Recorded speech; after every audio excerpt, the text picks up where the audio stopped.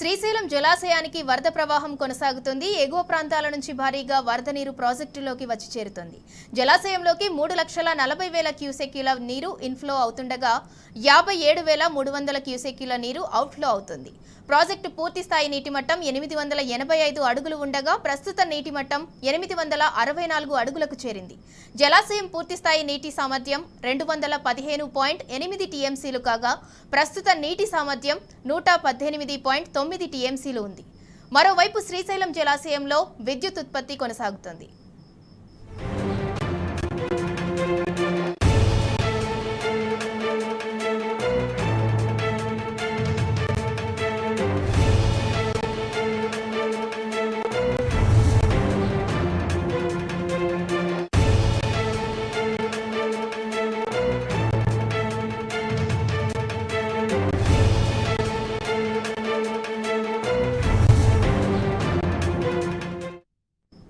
శ్రీశైలం జలాశయానికి వరద ప్రవాహం కొనసాగుతుంది. ఇక దీనికి సంబంధించి మరింత సమాచారం మా ప్రతినిధి శేఖరాచారి అందిస్తారు. శేఖర్, చెప్పండి, శ్రీశైలం జలాశయానికి ఇన్ఫ్లో అవుట్ఫ్లోకి సంబంధించిన అప్డేట్ ఏంటి? ఇందురా శ్రీశైలం జలాశయానికి వరద పోటెత్తుందని చెప్పవచ్చు. శ్రీశైలం జలాశయానికి ఎగువ ప్రాంతాల నుంచి ఆల్మట్టి, నారాయణపూర్, కర్ణాటక పరిసర ప్రాంతాల్లో భారీ వర్షాలు కురుస్తున్న నేపథ్యంలో ఆల్మట్టి, నారాయణపూర్ ఇవన్నీ కూడా పూర్తిగా ఇవన్నీ నిండి దిగువ ప్రాంతాలైనటువంటి జూరాల, సుంకేసుల నుంచి కూడా పూర్తి స్థాయిలో నిండినటువంటి పరిస్థితి. ఈ జూరాల, సుంకేసుల నుంచి భారీగా వరద ప్రవాహం శ్రీశైలం జలాశయం వైపు కొనసాగుతా ఉంది. అది కొద్ది రోజుల నుంచి కూడా కంటిన్యూగా అంటే గంటకు క్రమక్రమంగా కూడా పెరుగుతూ వస్తా ఉంది. ఈ నేపథ్యంలో ప్రస్తుతం శ్రీశైలం జలాశయానికి ఇన్ఫ్లో 3,55,804 క్యూసెక్కులు వస్తుండగా జలాశయం అవుట్ఫ్లో మొత్తం కూడా 57,280 క్యూసెక్లుగా ఉంది. జలాశయానికి పూర్తి స్థాయి నీటి మట్టం 885 అడుగులు ఉండగా ప్రస్తుతం జలాశయానికి 864 అడుగుల లెవెల్లో కనిపిస్తా ఉంది.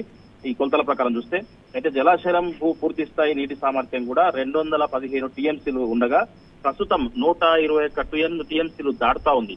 అంటే కొద్ది రోజుల్లోనే ఈ జలాశయం నిండుతా ఉంది. అంటే 35 టీఎంసీలు ఉన్నటువంటిది క్రమక్రమంగా ఒక వారం లోపే దాదాపుగా 100 టీఎంసీలకు చేరువకు పైకి కూడా చేరిందని చెప్పవచ్చు. ఇక్కడ ప్రస్తుతము జలాశయం వద్ద జల విద్యుత్ కేంద్రాల్లో కుడి ఎడమ గట్లలో కూడా పూర్తి స్థాయిలో విద్యుత్ ఉత్పత్తి కూడా కొనసాగుతా ఉంది. ఈ విద్యుత్ ఉత్పత్తి చేసినటువంటి ఏదైతే నీరు ఉందో వాటిని కూడా కిందికి నాగార్జున సాగర్ దిగువకు వదులుతా ఉన్నారు. మొత్తంగా చూసినట్టయితే గత సంవత్సరం పూర్తి స్థాయిలో అంటే నదీ పరివాహక ప్రాంతం కృష్ణా నది పూర్తి స్థాయిలో ఇక్కడ రాకపోవడంతో కొంత ఇబ్బంది, సాగునీటికి ఇబ్బంది కూడా ఏర్పడినటువంటి పరిస్థితి. ఈ సంవత్సరము పూర్తి స్థాయిలో ఎగువ ప్రాంతాలైనటువంటి కర్ణాటక, మహారాష్ట్రలో భారీ వర్షాలు కురుస్తున్న నేపథ్యంలో ఇక్కడ కృష్ణా నదిలో కృష్ణా బేసిన్లన్నీ కూడా నిండు కుండను తలపిస్తా ఉన్నాయి. ఆల్మట్టి, నారాయణపూర్ నుంచి కూడా భారీ వరద వస్తుండడంతో ప్రస్తుతం జూరాల, సుంకేసుల నుంచి కూడా పూర్తిగా నిండి వాటి నుంచి క్రస్ట్ గేట్ల ద్వారా విద్యుత్ ఉత్పత్తి ద్వారా పూర్తి స్థాయిలో నీరు దిగువకు వదులుతా ఉన్నారు. ఆ నీరంతా కూడా శ్రీశైలం జలాశయానికి చేరుతా ఉంది. ప్రస్తుతము జలాశయం నిండుతా ఉండడంతో ఇక్కడ ఏదైతే శ్రీశైలం తిరుగు జలాలు ఉన్నాయో ఆ తిరుగు జలాల పరివాహక ప్రాంతం అంతా కూడా పర్యాటకుల సందడి కూడా పెరిగిందని చెప్పవచ్చు. ఇక్కడ ముఖ్యంగా నాగర్కల్ జిల్లాకు సంబంధించి పర్యాటకుల సంఖ్య ఇక్కడ సోమశీల కావచ్చు, తర్వాత మంచాలకట్ట పరిసర ప్రాంతాలన్నీ కూడా ఇక్కడ పర్యాటకులంతా కూడా వచ్చేసి సందడి చేస్తున్నటువంటి పరిస్థితి కనిపిస్తా ఉంది. ముఖ్యంగా ఈ వరద ఏదైతే వస్తుందో వీటితోని పంటలు కూడా మంచిగా పండుతాయని చెప్పేసి రైతులు కూడా సంతోషం వ్యక్తం చేస్తున్న పరిస్థితి కనిపిస్తా ఉంది. ఏదేమైనప్పటికీ ఇంకొక కొద్ది రోజుల్లో ఇంకొక 3-4 రోజులనే 2-3 రోజులు కావచ్చు, మన ఒక 4 రోజులు కావచ్చు, ఈ రోజుల్లో పూర్తిగా క్రస్ట్ గేట్లు కూడా శ్రీశైలం క్రస్ట్ గేట్లు కూడా ఎత్తి దిగువ నాగార్జున సాగర్ వదిలే పరిస్థితి ఇక్కడ కనిపిస్తా ఉంది.